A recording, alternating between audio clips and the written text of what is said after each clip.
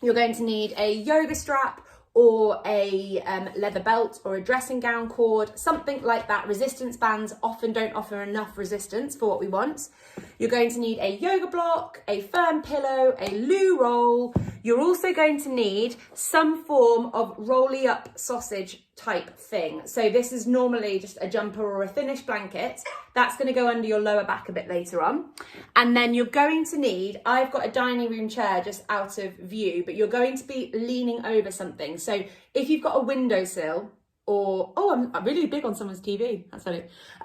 If you've got a windowsill or something like that you can lean over, a kitchen counter, that would also work, but a chair would be really good. So the first thing that I want to get us doing is, like I mentioned earlier, this class is a little bit of feet, a little bit of glutes, but they're mainly learning about how we stretch off our hamstrings, which is really to do with what our ankles are doing and what our pelvises are doing, rather than it being about thinking about stretching off the hamstrings. So with that in mind, what I want to get you doing is, just to start with, because this is obviously your kind of classic like flexibility test, I just want you to bend forward, try and touch the floor for me. You're not thinking about your form, don't care about posture right now. I just want you to get a sense of like how loose you feel, how easily you touch the floor, and where you feel restrictions perhaps, or just kind of what's going on with your body. And we're going to take a mental note of this, and then we're going to do it again at the end of the class, and we want to see if you feel any different for having done a whole bunch of stuff that's going to loosen you up along the back of your legs. And I'm actually just going to put myself on speaker view so I can see that I'm on screen. Cool. So once you've done that, you're going to grab your ball, and we're just going to do just a couple of minutes of rolling out the bottom of our feet. So we did this in the hip class, because what this is doing is, even though you're rolling out the bottom of your feet, what you're getting at is the plantar fascia, which is the sort of like ligaments and things underneath, and the fascial sheet underneath your feet. And this plantar fascia can get super, super tight if you're not mobilizing your feet enough. So even though I put it in the hip class, because your feet and your hips are intrinsically related, and by rolling out the bottoms of your feet, you can loosen off your hips, very obviously, by rolling out the bottom of your feet, you can also start loosening up the bottom of your feet too. So you're trying to get into as many nooks and crannies as possible. You're really trying to get in like at the heel, the inner arch of the foot, the outer arch of the foot, the underneath of the foot, straight through the middle, big toe joints, all the other little toe joints. And you're trying really to go as hard here as you can tolerate. So don't hurt yourself. You know, I'm never about fighting through pain. That's applicable with all of my exercises. If something feels wrong, don't do it. But you're trying to really get into that as much as you can. And this is just going to start loosening you up from the bottom.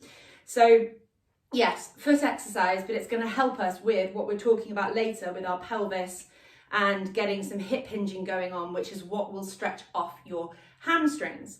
So now that we've done that foot, let's swap sides, and we'll do another minute or so on this side. You might notice one side feels quite different than the other. And yeah, you're just trying to get into as many nooks and crannies as you can, and trying to find those tender bits and give them a good see into, because I promise you, your body will thank you for it at some point. And it also might be worth noticing, once we have finished, if you do feel any looser in your hips, because I had lots of people after the hip class when we did this comment on actually how much of a release they felt in their hips afterwards. So it doesn't happen to everybody, like not everyone's problems are caused by the same thing. That's why I can't do videos or classes on back pain, knee pain, shoulder pain, neck pain, whatever it might be, because you will have different reasons for that pain in comparison to the person next to you. But some of you may find that you do get a release through your hips as you do this. Okay, great. So we'll just do like 10 seconds left on this foot, because I probably did a bit longer on the other one. And then now that you've done that as well, it might just be worth kind of standing back up on your feet again, sensing how you feel, and then potentially do the bending over test again and just see if that's actually helped you at all. So I'm not saying it will have done, but some of you might feel a little bit looser from having started to unlock this often sticky, tight webbing at the bottom of your feet. This is going to start feeding into your calves and affecting how loose they are as well. Okay, so first off, we're going to do, well, second off really, we're going to do a new foot exercise that I found the other day, We're going to come to our hook lying position, and to start with, you're going to need your block, but you're going to have your strap afterwards. And we're in our hook lying position. And because this is a new exercise for me, you're going to have to bear with me because I haven't done it before. I'm assuming that because it's hook lying, we're having our pelvis tilted a little bit forwards, slight arch in the lower back, and abdominals relaxed, okay? I don't think we're going to have our back flat on the floor here. So tilt that pelvis forward anteriorly, relax the abs, and what you're going to do is you're going to maintain a squeeze with the block, or whatever it is that you've got, 5 out of 10 effort, so you're not like trying to absolutely exhaust yourself with this. And maintaining a squeeze in the block, you're going to rock onto your ankles simultaneously, lifting those toes off the floor, and then you're going to rock forward onto your toe joints. So you're not pointing your toes and trying to be like a ballerina on those pointed shoes. You're trying to keep your toes flat on the floor, and as ever, trying to get the hinge occurring at that big toe joint. So when you do this, I think this is correct. Your pelvis stays still in extension.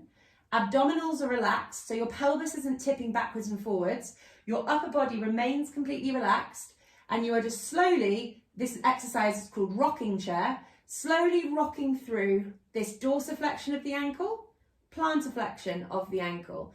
But you don't want to just scrunch your toes up and go as high as you can. The pivot is happening at the big toe joints. So this is moving your feet through this range of movement, and simultaneously you're waking up your hip flexors. So you should feel like there's some activity going on your inner thighs and into that front groin bit. And you should be keeping the pelvis tilted forwards, abdominals relaxed, and the pelvis isn't moving. Should we do 15 more here actually? I quite like this. And so 15, you should feel a bit tired in your feet now. My left foot has just decided to completely fall asleep in the last sort of week or so, and I'm really feeling it up my left side. Pelvis is slipping backwards, I'm getting tingly in my shoulders, and I all know it's because of my foot, just because of the reactions I'm getting from foot exercises. So I'm really feeling this on my left hand side in a good way. So we'll do 7, 6, keep squeezing the block, 5, pelvis doesn't move, 4, 3, 2, 1.